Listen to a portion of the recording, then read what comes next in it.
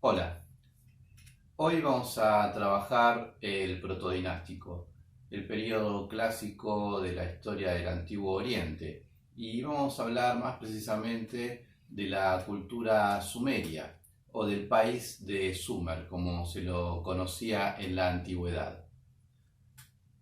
Sumer está ubicado al sur de la Mesopotamia, en el Golfo Pérsico, al sur del actual Irak.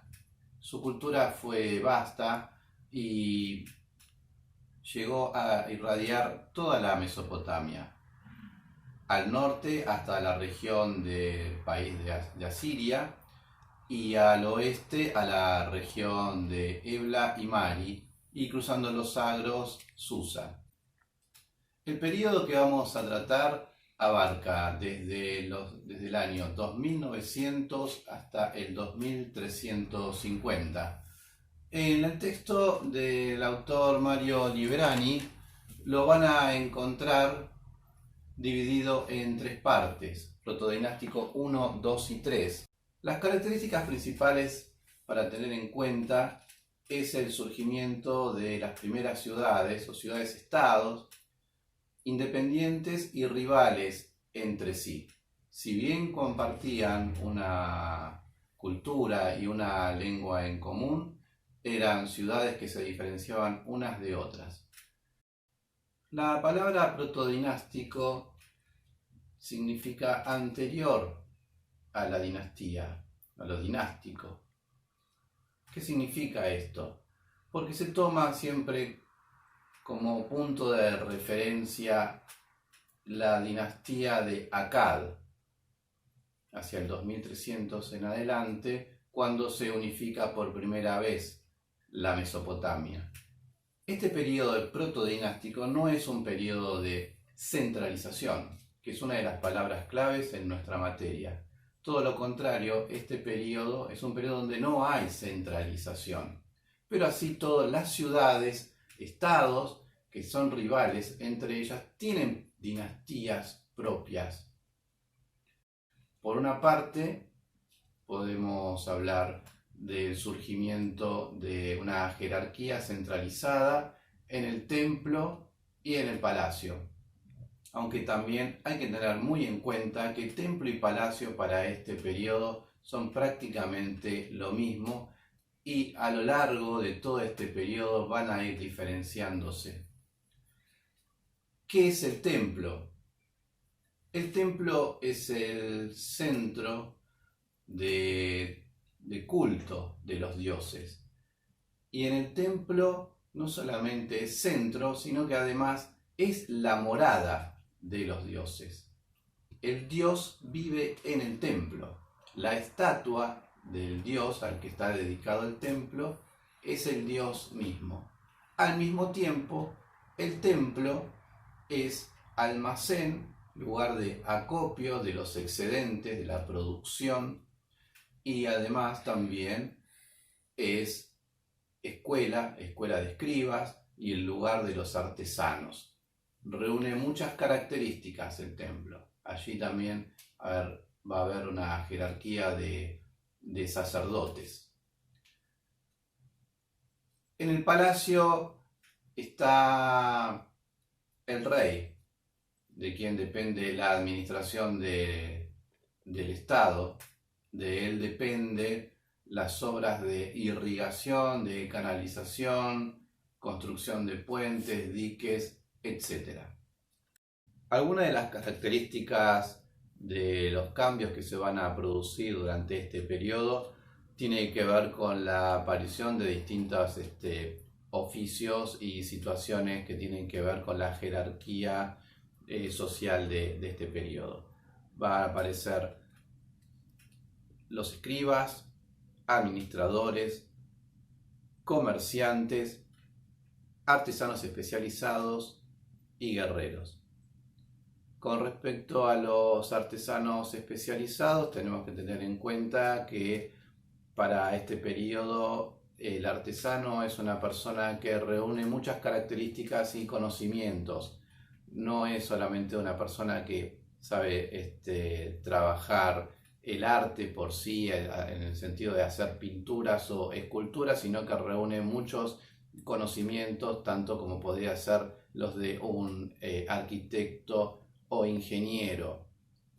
Dado que no existen las profesiones, por lo tanto usamos la palabra artesano para englobar lo que hoy diríamos profesiones y oficios.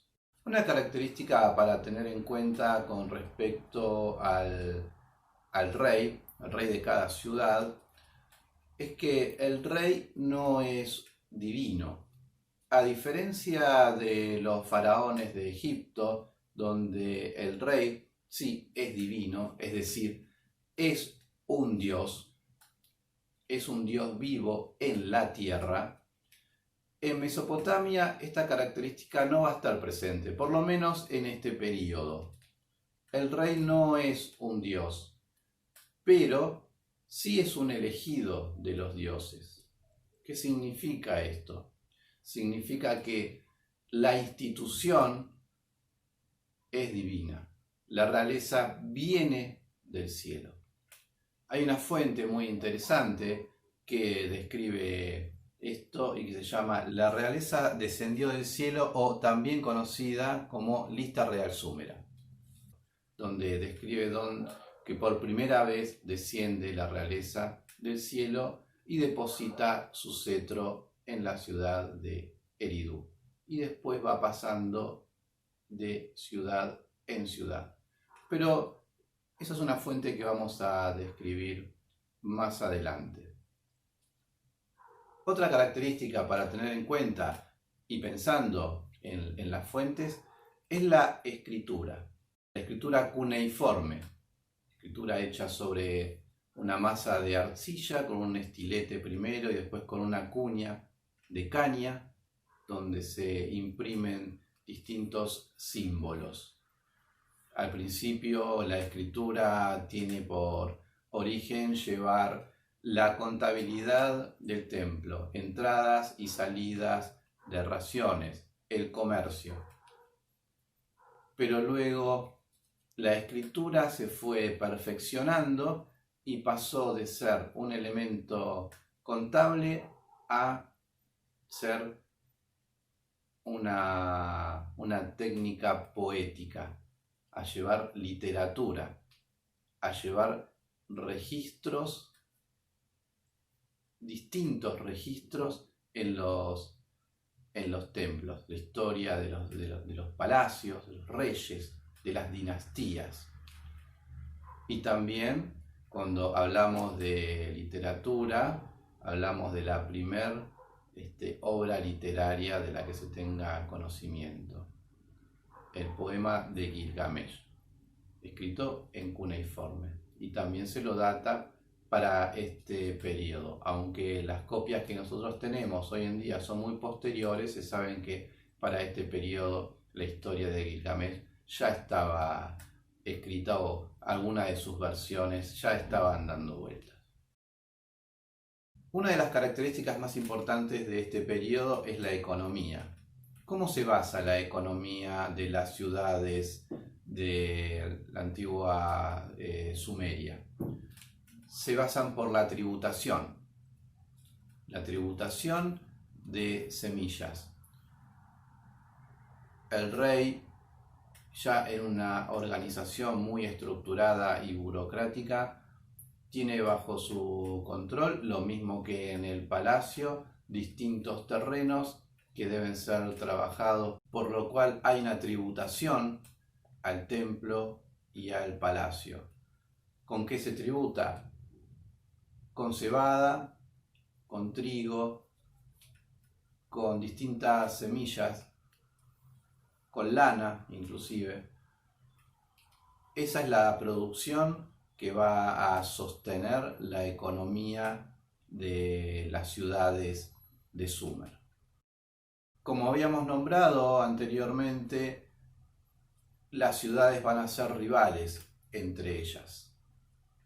Algunos de los motivos de las rivalidades van a ser justamente el control de los excedentes.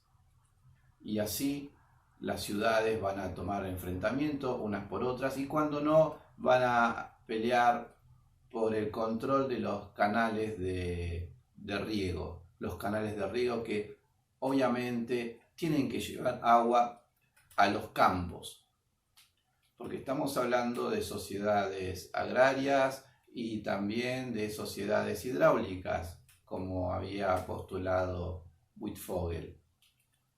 Por lo tanto, el control de las aguas es un tema de conflicto permanente.